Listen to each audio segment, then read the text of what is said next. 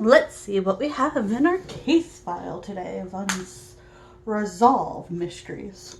Yes, I have unresolved and unsolved. Two different things, apparently. Okay. Mystery Beyond the... Oh boy. YUBA County 5. 5 young men kissed their families goodbye and drove off to a basketball game.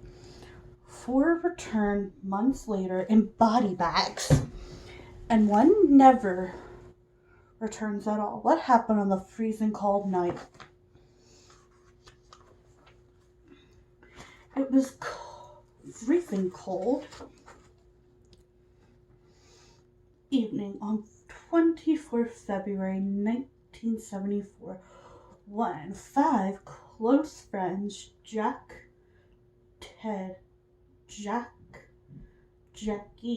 William, and Gray. I can't pronounce the whole name, so Gray Del Mathies decided to take a mini road trip 75 kilometers from their hometown of Yuba City to Chicago in order to catch a basketball game. Although it was cold out, the young men didn't feel the need for jackets as they intended to drive up in Jack M's beloved 1969 Mercedes Metigo and would be coming straight home after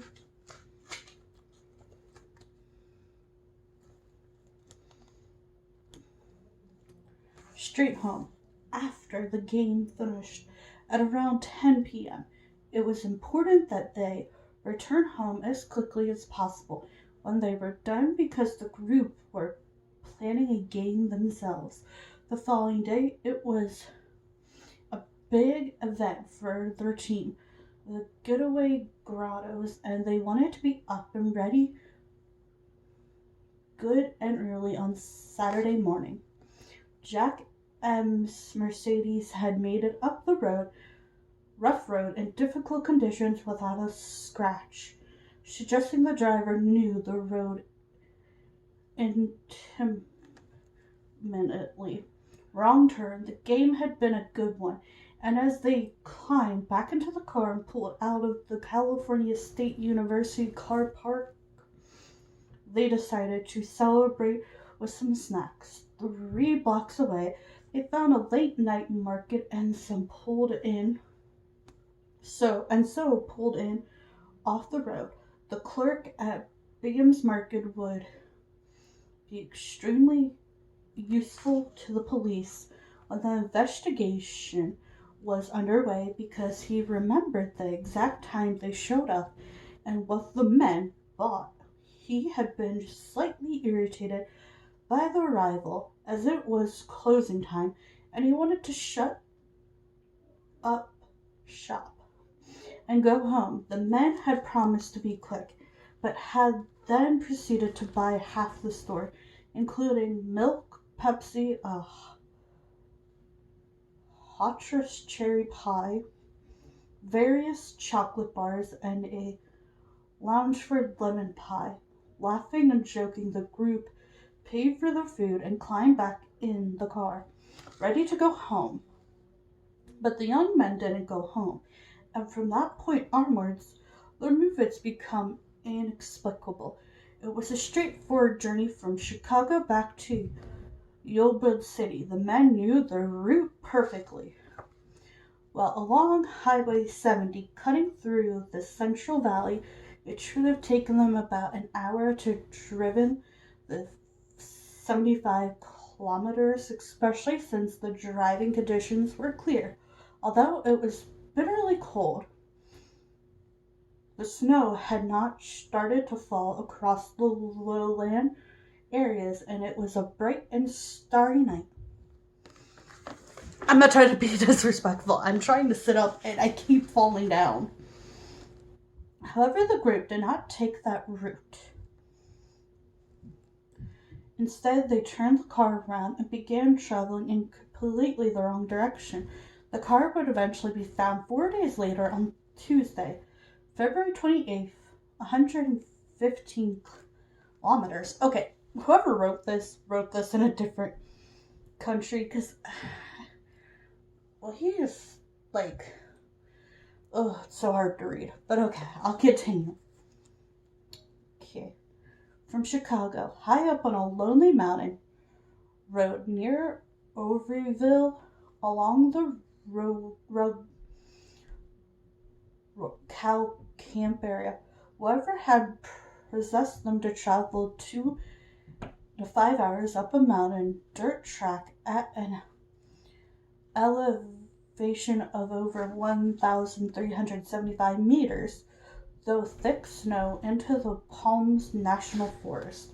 When they had fully intended to make the 1 hour journey home across the flatlands, nobody could understand it. But as the parents gathered to give their statements to the police, it soon became apparent that this was no ordinary disappearance, and these were no average young men. 5 good men. Ted's mother was the first to realize something was wrong when she went to wake her son as he had requested, and he had not come home. She rang William's mother, Janet, in a blind panic, only to find that William had failed to come home too.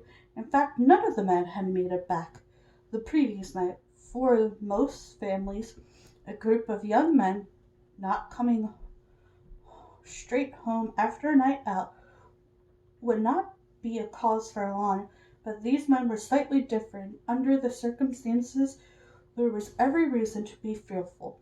The friends all suffered in various degrees from developmental disabilities. Ah, yes, this case. Now I remember it. Not my favorite case in the world, because I have an intellectual disability. So I get where they're coming from, the parents. Because my family would be like, okay, where'd she go? What would she do? Because I hardly leave the house. Especially because I have a fainting problem. But yes, I get where they're coming from, being worried about people. Jackie, William, Jack, Theodore, and Gary. 5 young men with their whole lives ahead of them disappeared on one cold February evening, never to be seen again alive. Okay. Degree from developmental disabilities and were enrolled in a day program for mentally handicapped adults. Each one lived at home with his parents. A lot of people with intellectual disabilities or disabilities in general can live at home with their parents or grandparents. I live with my grandparents and my stepdad. And yes, if I was out all night, they would probably have a very confused look because I don't go out all night. Even if I did, I would tell them where I was.